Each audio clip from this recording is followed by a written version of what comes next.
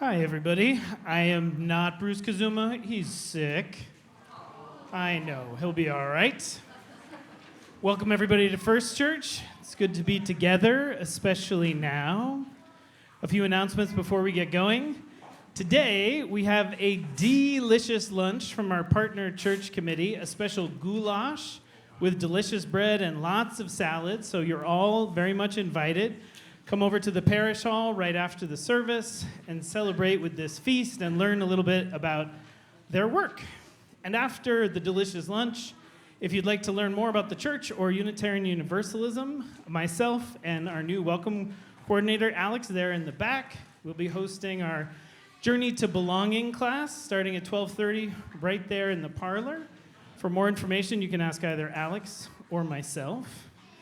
Tomorrow is our wonderful spaghetti dinner from 5:30 to 7, a great opportunity to connect with folks of all ages. It is a super fun and super delicious event, so do please come. For more information or to volunteer, you can contact Reverend Martha.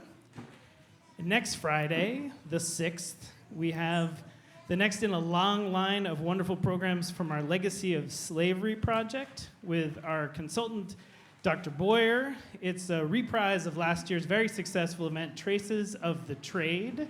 So that'll be at 6 o'clock on the 6th. And then the next day, just so much going on. This is really super fun, though. From 2 to 4, you can come make special Valentine's cards with our very own Judy Berman. She's a magician with these things. I've done it. It's really incredible what you can do. So do please come to that. Everything's provided. You just show up and you get crafty. And then next Sunday, on the 8th, we will have this first in a long line of our listening circles this year. We'll have 4 in the next couple months. This one is on caring, hosted by our Committee on Ministry, and it's about how we show up for one another and support one another. There'll be other circles on communication, RE for children and youth, and one on adult religious education. So please come on the 8th, and if you have more questions, you can ask Eleanor Sugarman right over there, or Nalina Bachman, or myself.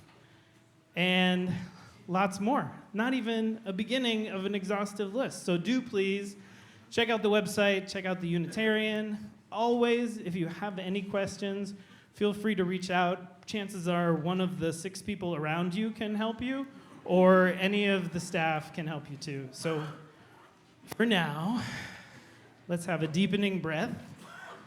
Arrive in this beautiful place, surrounded by this abundant love. Come, let us worship together.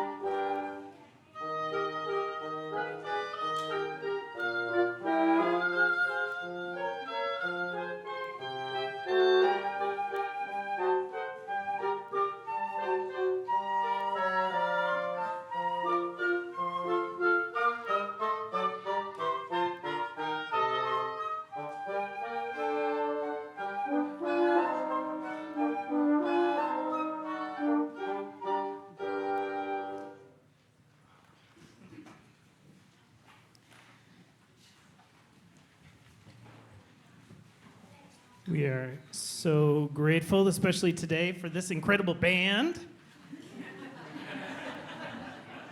Especially as you will see in the next little chunk of time stretched out before us, the way that they are 5 individuals and then it blends together to this whole beautiful whole is actually very, very much connected to the rest of what we're saying.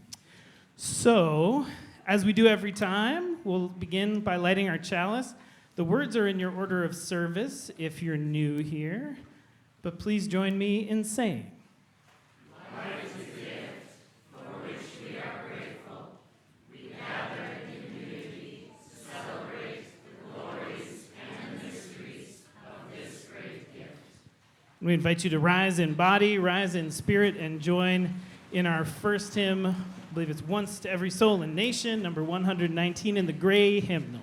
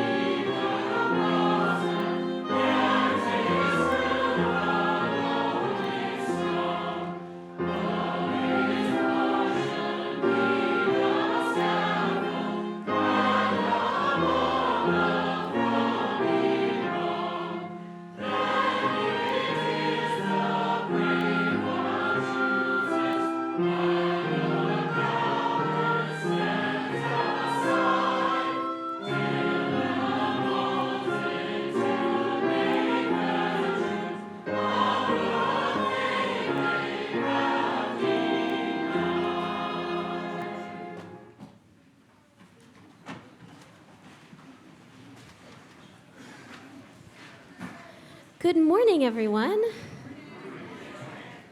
Hi, my name is Reverend Martha Durkee Newman. I have the absolute delight of serving as your assistant minister for Lifespan Faith Formation. This is the part of the service that is especially designed with our children and our young folks in mind, but is for all of us who are, after all, young at heart. Children and youth, if you want to come over and join me for the story, you may, but this time if you want to come, walk around behind and then come up here. So we'll give our friends some space. If you want to, you can come around down the aisle and join me for the story. You can also play and listen there. Wherever you are most comfortable is the right place for you. All right. There's toys over there. Grown-ups, there's also fidgets over there. If having a fidget helps you pay attention in worship, you're also welcome to grab one. Hello, friends. Come on down. Hello. Hi. All right. So I have a story to tell you this morning, a story that comes from some neighbors of ours. This is the story of a brave winter people. This is a story about some things that this brave winter people taught me about my roots and about theirs. This is a true story that I learned when I traveled to a place called Minnesota. Has anyone here ever been to Minnesota before? Oh, some people have. Is anybody here from Minnesota? Some people are. All right. A brave winter people in the house. So Minnesota is a beautiful, beautiful place. And in the winter, it is a very, very cold place. The brave winter people who live there, they do some things that I got to learn about for the first time. One of them is called ice fishing. Now, ice fishing is where you drive quite a large truck on top of a frozen lake, a thing I didn't know you could do. And you park it, and then you drill a hole in the ice, and you look for fish underneath the ice. Truly, this is wild to me. Another thing that the brave winter people do is they will restart any person's car who's broken down on the side of the road, no matter what and no matter when. They are not bothered by the cold or by the ice.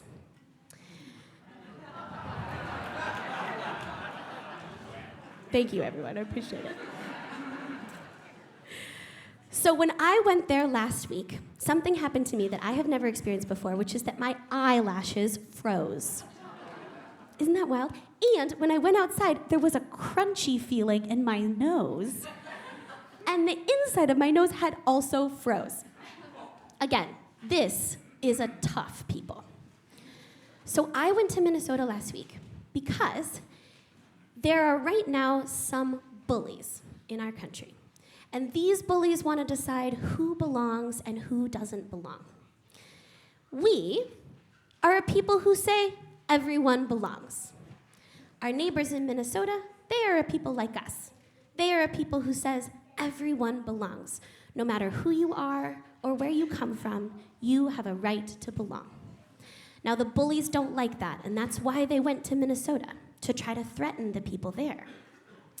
But the brave winter people, they said, not on our watch. And they watched for the bullies, and they kept each other safe. And sometimes they blew very loud whistles to tell people when the bullies were coming, so that people could keep each other safe. They spoke truth to power, which is one of the bravest things you can do. And they said, we are not afraid, even though they were a little bit afraid. And because they were a little bit afraid, they decided they needed some extra help. So they put out a call around the whole country, and they asked for religious leaders to come to a city called Minneapolis and be in solidarity with them. And all around the country, religious leaders heard the call and decided to come. Catholics and Hindus and Muslims and Jews, Unitarian Universalists and atheists, we all decided to go. And we put on our special outfits. I put on my special outfit, like this one, that denotes that I am a religious leader and that I am guided by my morals and my values, like so many of us are. And we all went together to this place called Minnesota. And when we got there, the people who lived there, they took our hands and they warmed up our hands and they said, we are so glad you are here. Thank you for coming. Did you bring enough coats? And mostly we hadn't. And so the brave winter people, they gave us their own coats and their own gloves because it was negative 20 degrees. And all I wanted to talk about was that, and they didn't want to talk about it at all. And it was very cold. And so together, we learned, and we prayed, and we sang. And the brave winter people taught us how to say, ice out. And all together, we said, ice out. And they taught us new songs, and we chanted that together over and over. And at one point, I was standing with my new friends, and I was saying, ice out. And my new friend, Sarah, she said, do you know what that means? And I said, yeah, it means bullies get lost. And she said, yes, but also, ice out is a part of our culture here in Minnesota. It's the day in the spring when the last chunk of ice melts in a lake, and the water becomes liquid again. Neighbors who live on lakes bet on which day this is going to happen. It makes the news in small town papers. It's a sign that spring is around the corner. So, she told me, ice out is something we take very seriously here in Minnesota. It means the turning point when the seeds that were dormant all winter will soon start to grow. I didn't know that before. But I looked around and I saw a lot of bullies and I said, Sarah, do you think we're going to win? It feels like there's not that many of us and they seem really strong, those bullies.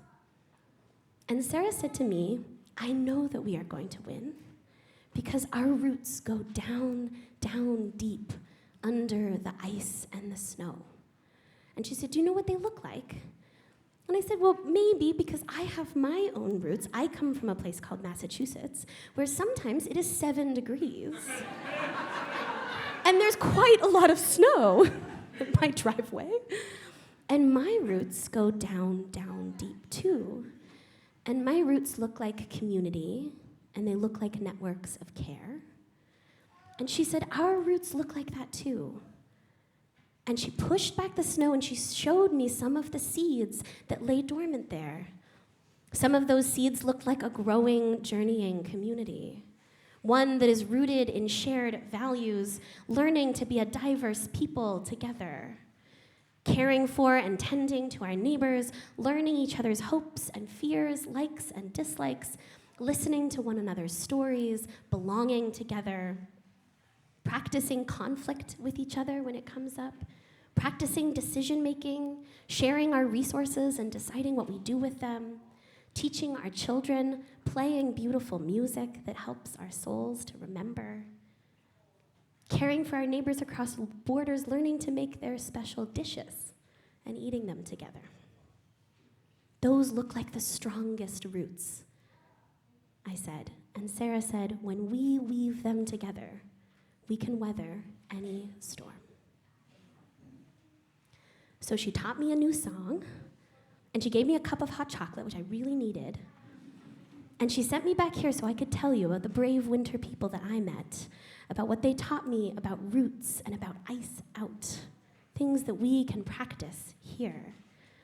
And today, on February 1st, it might not seem like spring is around the corner when we're in the dark of the winter, but those seeds lie dormant under the snow, waiting for us. May it be so. Children and youth, we will go together downstairs to our religious education classes, so we will depart with our teachers through the back and through the doors.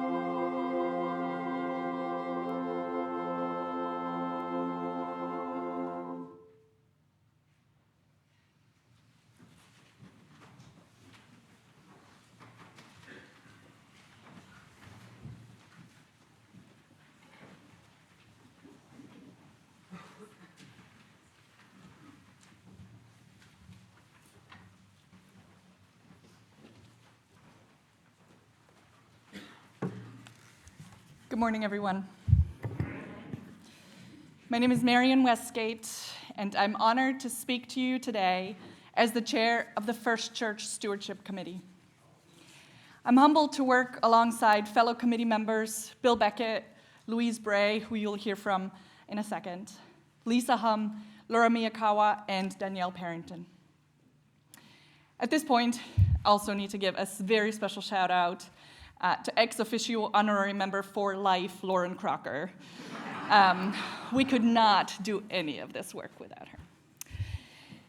It's been fun working together on the many things that make up this pledge drive, which we are excited to kick off together today. Before diving into all of the logistics of the drive, I'd like to share just a few thoughts about the critical role of this effort in supporting this church. This year's stewardship theme is Rooted in Love, Growing Together, which will sound familiar to those of you tracking pledge themes. In fact, this is last year's theme, one that inspired this community to raise more money than ever, and one that inspired our committee with its clarity again this year. Without getting too philosophical on you, I would like to just take a moment to reflect on the word, stewardship. Stewardship asks us to tend thoughtfully to what has been entrusted to us. Our resources, relationships, building, our community, and our shared future.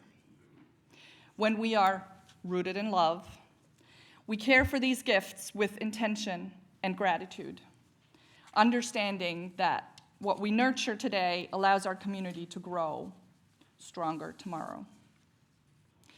Stewardship is not only about what we give, but also how we cultivate and sustain what we value. In a faith community like ours, stewardship becomes a collective practice. Each of us contributes in different ways, and together, those contributions allow us to grow together, creating stability, opportunity, and space for new life. Okay, now let's talk about money.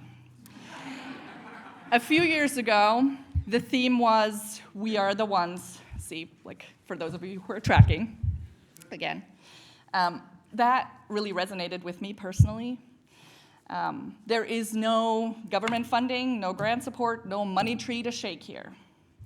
We are the ones. And only a portion of our annual budget is covered by rental and other income. Our financial support pays salaries for our amazing staff, keeps the lights on, makes sure the sanctuary is warm on a freezing day. The goal for this year's pledge drive is $750,000, which represents almost 3/4 of our annual budget. Achieving this goal will require increased pledges across all levels of giving. I'm hoping that you will consider joining me and my family this year in increasing your pledge. The drive will run for 4 weeks through the month of February, but if you haven't been paying attention at all, now is the time to pay attention. If you make your pledge before February 15th, you will be entered into a raffle to win one of the amazing Black Forest cakes made by our own, where is she? Ariana Frank, right over there. You will not want to miss this opportunity. Lastly, before I close, as a symbol of growth and the next chapter in our shared journey, we are offering a succulent plant for everyone to take today at coffee hour. Some of you may have seen it already. Please stop by to get yours from the stewardship table. These plants represent our continued growth and the next phase of this community's flourishing. Thank you for all your support and the ways that you contribute to First Church.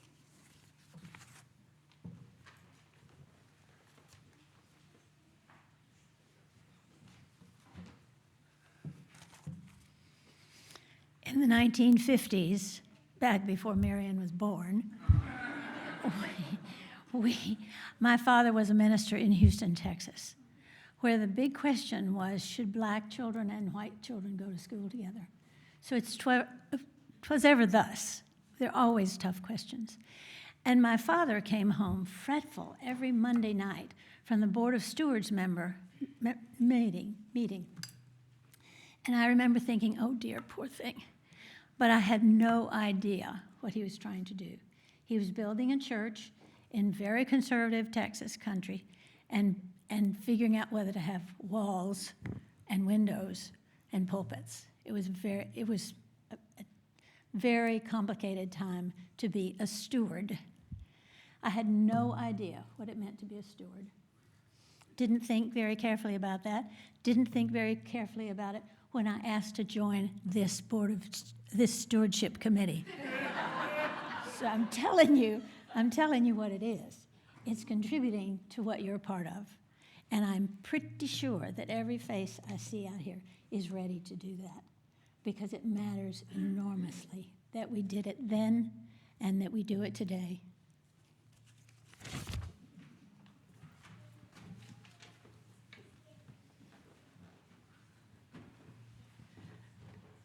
This is the time in our service where we invite forward an offering to help support the good work of the church and our partners in the wider world. This month, all month, our offering will be shared with the Unitarian Universalist Urban Ministry, an incredible organization right up the street in Roxbury that is working to advance the cause of anti-racism, social justice, economic justice, making all sorts of change in all sorts of people's lives. So we are deeply grateful for all you're about to give.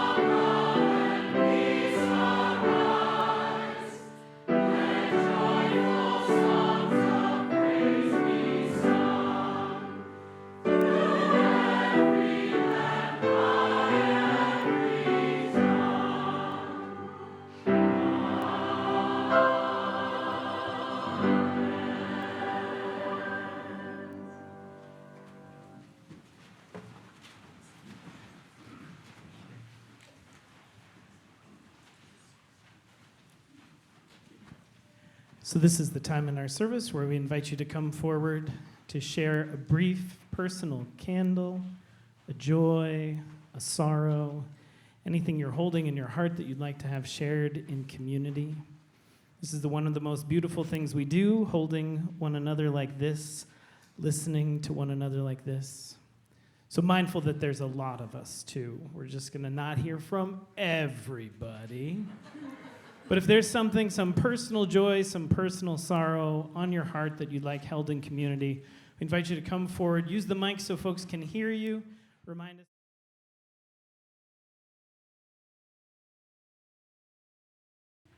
So I'll invite you all into a deepening breath.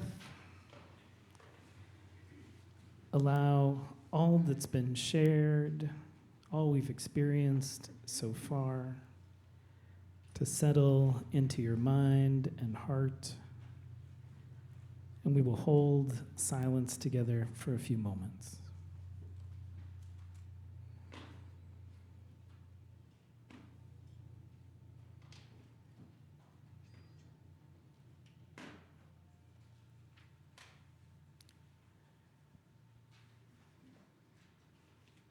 Precious and powerful source of all life and all love,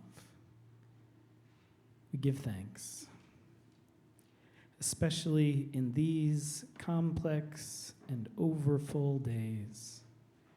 We give thanks for this embracing love, for this grounding quiet, for everything that stirs within us. And here, in this holy moment, we pray. We pray especially today for all those in the widest embrace of this place who are suffering this morning, who are fearful, who are hurting. Pray that they know that they are held and loved, connected to us all here in this moment. We give thanks, especially now, for this remembering, for this return, for these roots and this strength. We give thanks for all we are called to be and become in this world, this day and always. Amen. And we'll invite you to rise in body, rise in spirit, and join in our next hymn, number 108, in the gray hymnal, My Life Flows On. I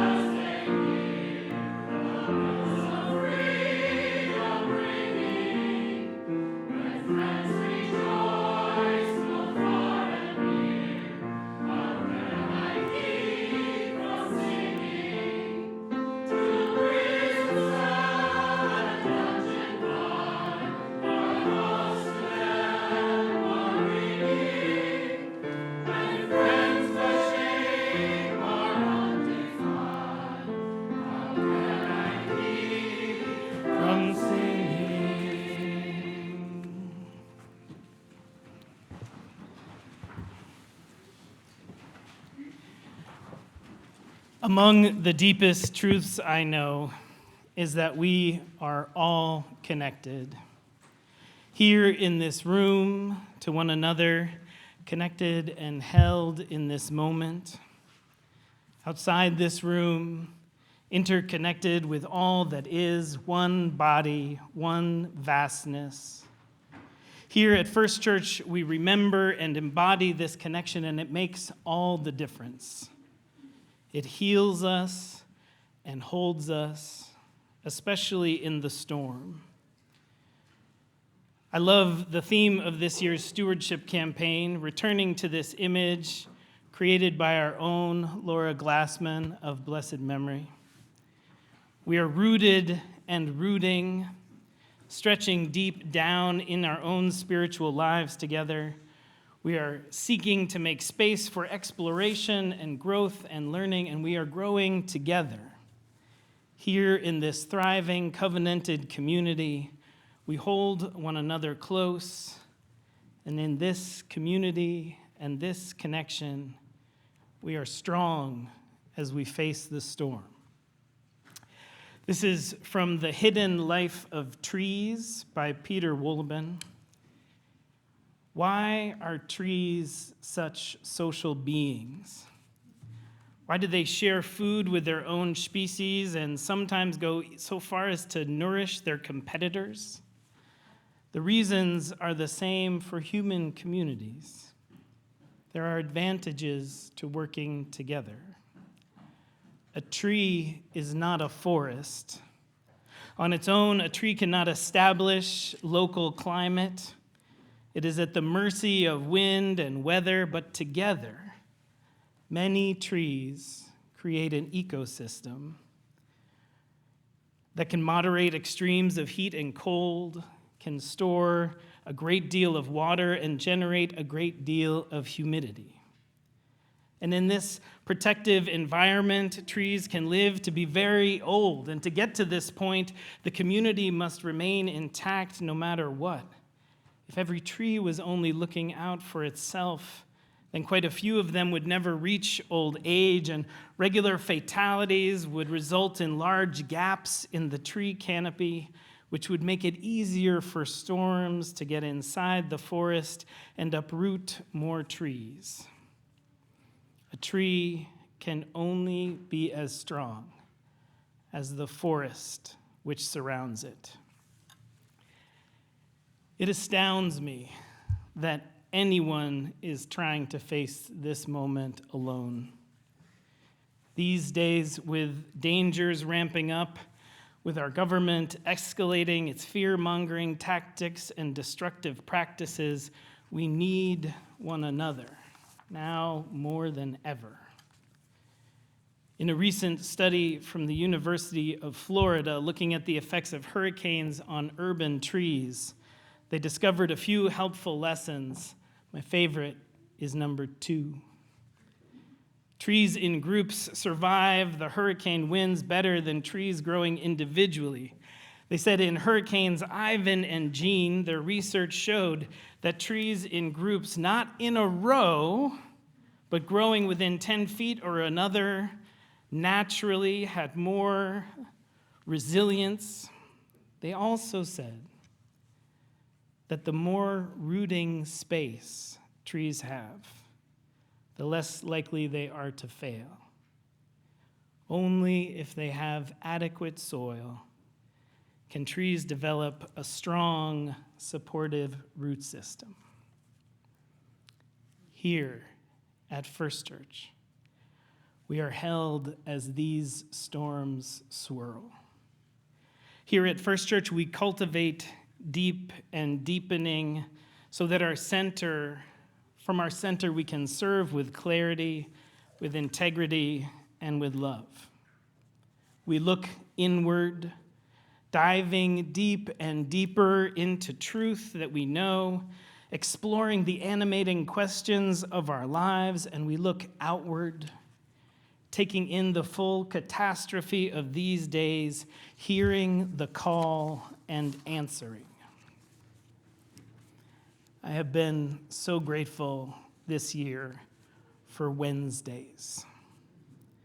for the opportunity over and over to meditate with Eleanor Hobbs and whoever else comes.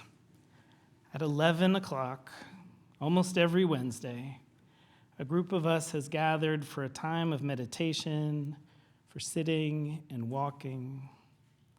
Especially as our world has grown more stressful and uncertain, as the systems of power and governance have grown more unstable, more abusive, more racist, and unhinged, it has made all the difference for me to commit even more fully to spiritual practice, especially as we have been called to rise over and over, to protest and resist, to organize and mobilize, knowing this would be a complex and difficult time that we are facing.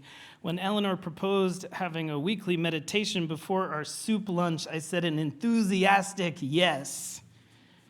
So almost every Wednesday we've gathered, practiced, and then miracle of miracles, it ends in soup.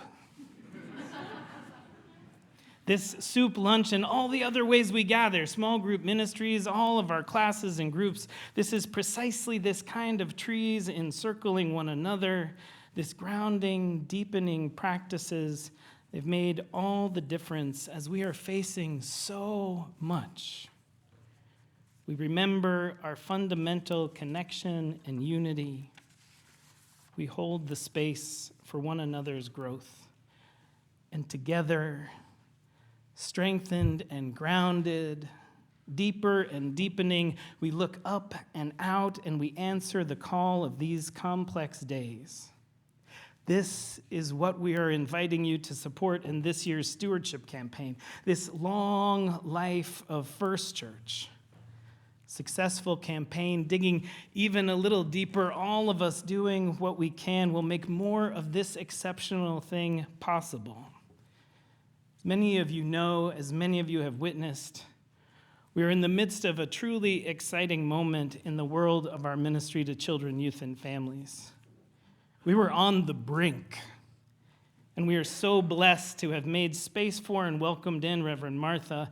In just a year and a half, she has engineered a rebound in the world of religious education, which is truly remarkable. And she has not done it alone. So many of you have stepped up and been part of this rebirth. We have a thriving religious education committee for the first time in years, chaired by a truly fantastic woman who I wake up next to in the morning. But no, the whole committee is amazing. But in addition to that committee, so many of you have said yes in teaching our children, volunteering, and the volunteering has swelled, and now we have full teaching teams for wonderful classes that welcome our children and families into.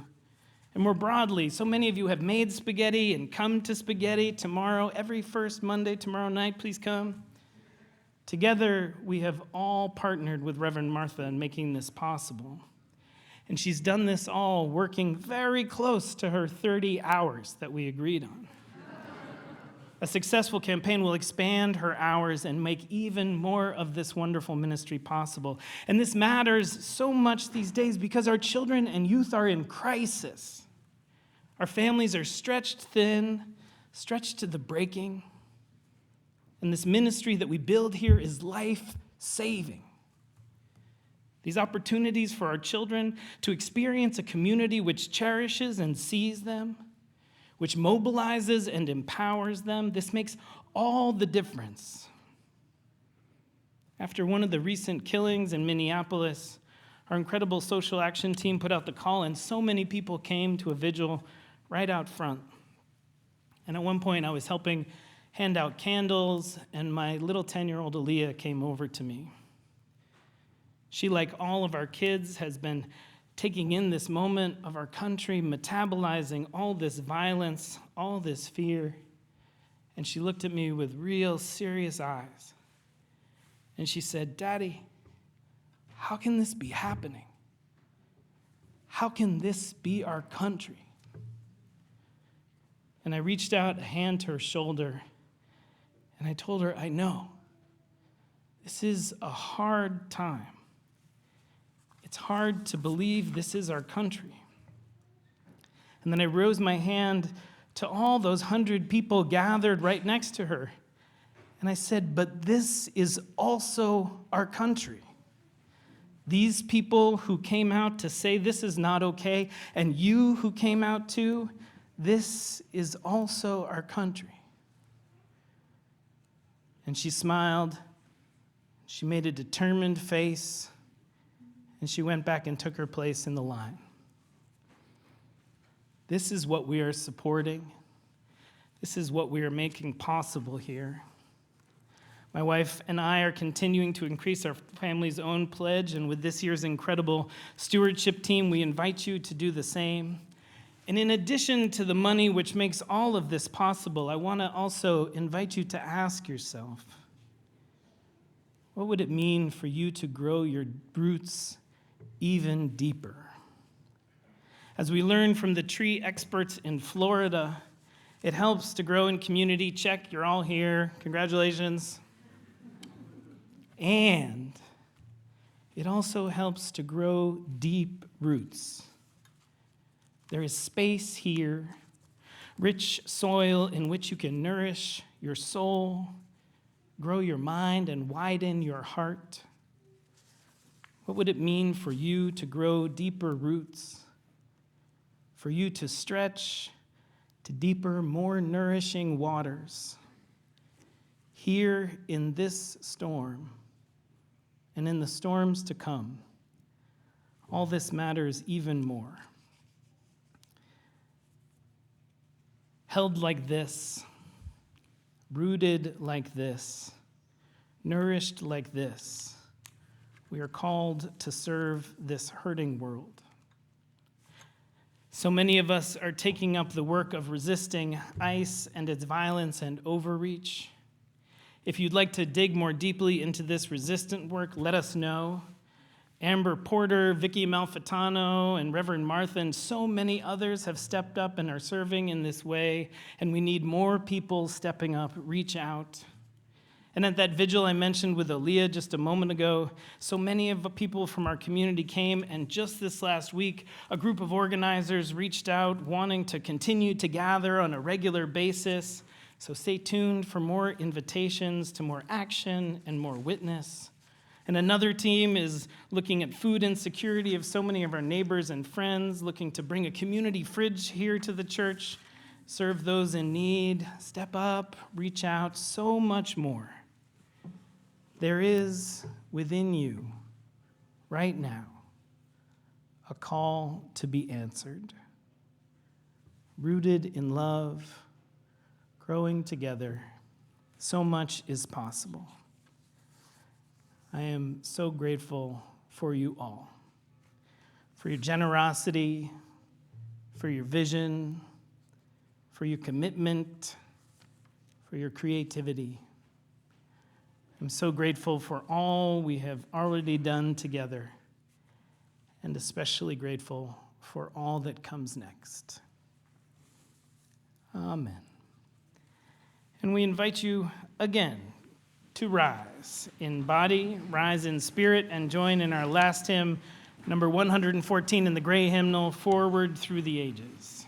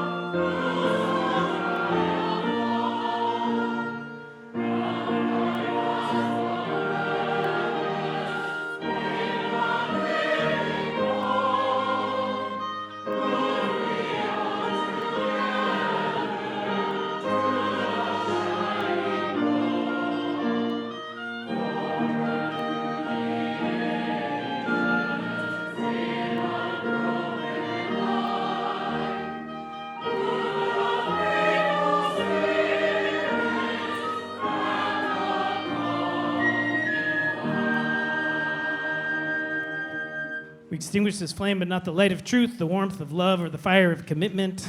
These we carry in our hearts until we are together again. These we carry out into the world as our blessing, as our gift.